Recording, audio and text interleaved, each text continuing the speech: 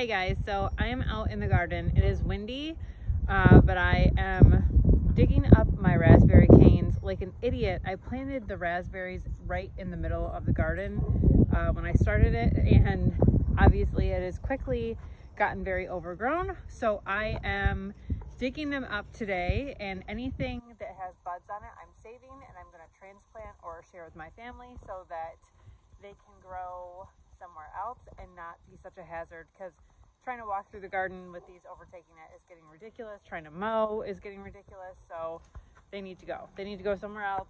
I'm not exactly sure where that's going to be right now, but I wanted to get them dug up while the ground was soft and before they start producing any. So this is the mess I'm talking about. Obviously when I planted these starts, they were just a couple little twigs we put in the ground. I wasn't really thinking about how much they would spread out. I've already pulled a chunk out. They come up pretty easy. Like I said, it rained all night last night, so anything that has buds that looks healthy, I'm just digging up, shaking off the dirt and putting in a pile to transplant or share, and then this will just be another regular bed. So you can't really see them right now, but these are beds that I have just put compost on year after year. I didn't till it up or anything, and then I plant directly into the compost. There's a bed along the fence that I do gladiolas in, and then 1, 2, 3, 4 beds right here, a 5th on the other side of the raspberries, and then one up at the top that does poppies underneath the apple trees there that are already budding. And then my raised bed gardens are over here that I just do the tomatoes. That's a strawberry bed right there, and then this other raised bed. So I have to figure out, I don't know if I want to put the raspberries along this back fence. I'm worried they're going to crowd into the beds this way. I do have some tulips and stuff along that fence that I don't really want to get rid of, but I might have to. I could put the raspberries along the fence over there behind our little kiddie pool that's going to get moved.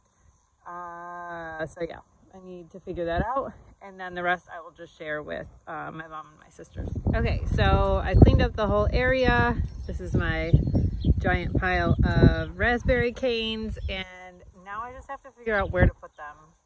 I know I kind of should have known that before I dug them up, but I didn't want to leave them until the ground was too hard to get into, or they were already blooming or making leaves. So I know I needed to do it now so that I can have the middle of the garden back for more productive beds. The soil under here is gorgeous, nice black soil, so maybe this will be a good spot to plant some onions or potatoes. But for now, I'm thinking that if it's not along this fence line, which will take over some of my tulips, I might use the fence line up there where Piper is. Hi, Pipe. She's mad because the gate blew shut and she can't get in. So I might take over that area. This was a dog yard when we had little French bulldogs that we had to fence in. Piper just stays with us, so she doesn't stay in the dog yard at all. It's just there. So I might just put the raspberries in there. I'm not really sure yet, but we're figuring it out.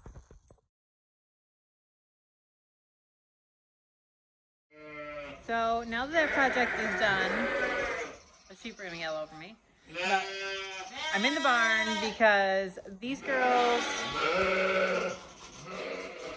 Maple and Ivy, are due to have their babies on Monday.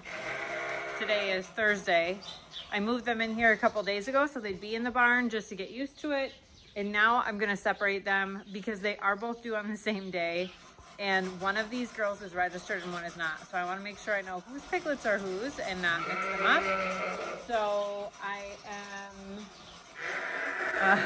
I'm going to build the divider and then put in more straw. I put in straw, but they rooted a bunch of it up, so it's kind of a mess in here again, but they're already acting kind of tired. Maple was born 2 days early from the due date, which most pigs farrow at 114 days, and so Maple was born at 112 days. Kunekunes often go to 116, so I'm not really expecting anything exciting before Monday. But it would be nice if they went 2 days early. If Maple went today, it's a beautiful day out today, and on Monday it's supposed to be a high of like 25, which is super lame. But we're gonna have a heat lamp in here, one of our premier safe heat lamps, and I'm gonna get this set up now. They're not making it easy to get a lot of work done. Every time I bend down, they're just on me. Oh, I love you. Okay, so I put the divider down. They're friends, so they're very close. I really wanted them to farrow together, but then I started having nightmares of if Maple were to farrow before Ivy and Ivy went after the piglets or vice versa, it could be a disaster. These are both first-time moms, so the plan is to let them farrow separately, and then hopefully they farrow very close to each other like I expect them to.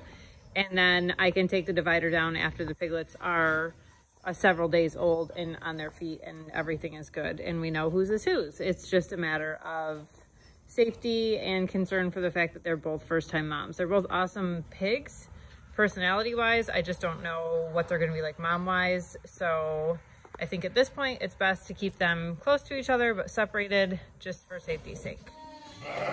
So it's a couple days later. We weaned some lambs last night, so that's why it's so noisy in here. But I had to move the pigs. I made a mistake and put them in a pen that had bedding that was way too deep. They do have fresh straw in here, so it looks fluffy, but it's not nearly as deep as the pen that they were in before. That's a mistake with farrowing.